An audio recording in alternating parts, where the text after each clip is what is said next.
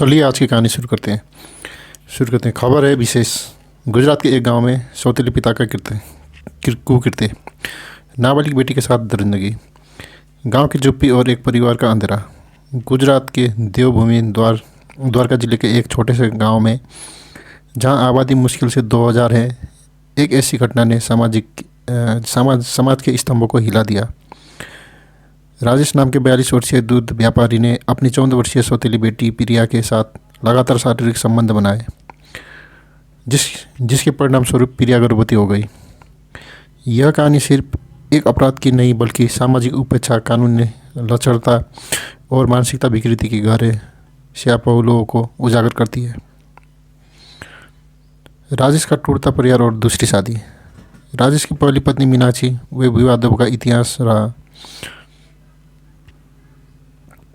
वो रात में मेरी ज़रूरतों को नहीं समझती थी, राजेश ने पुलिस पूछताछ में बताया। मीनाक्षी के 2018 में साथ छोड़ने के बाद राजेश ने विधवा सुनैना से विवाह किया, जो अपनी 12 वर्षीय बेटी प्रिया के साथ गांव के माझ झोपड़ी में रहती थी।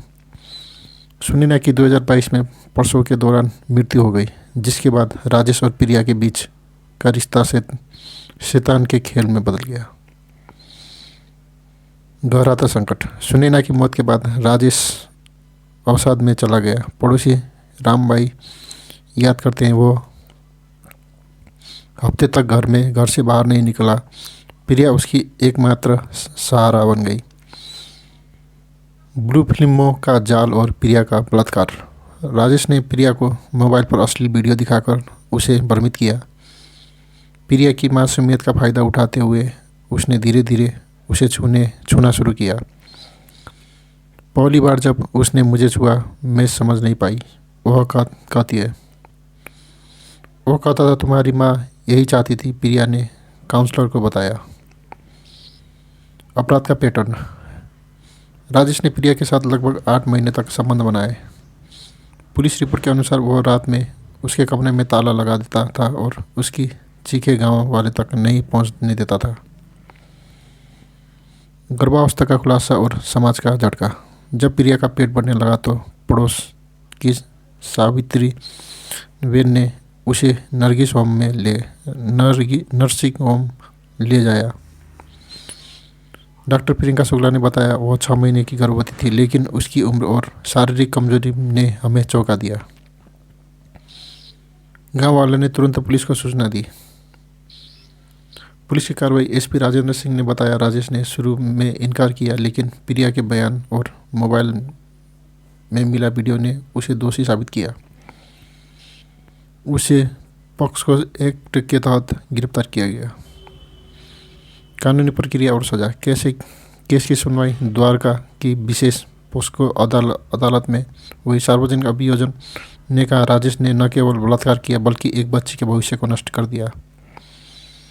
अदालत ने उसे उम्र कैद की सज़ा सुनाई, जिसे गुजरात हाई कोर्ट ने बरकरार रखा।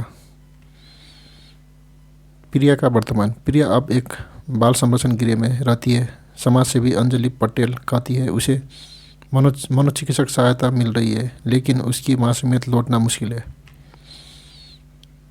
समाज और कानून पर सवाल। यह मामला ग्रामीण भारत में यौन शोषण के खिलाफ जागरूकता की कमी को उजागर करता है।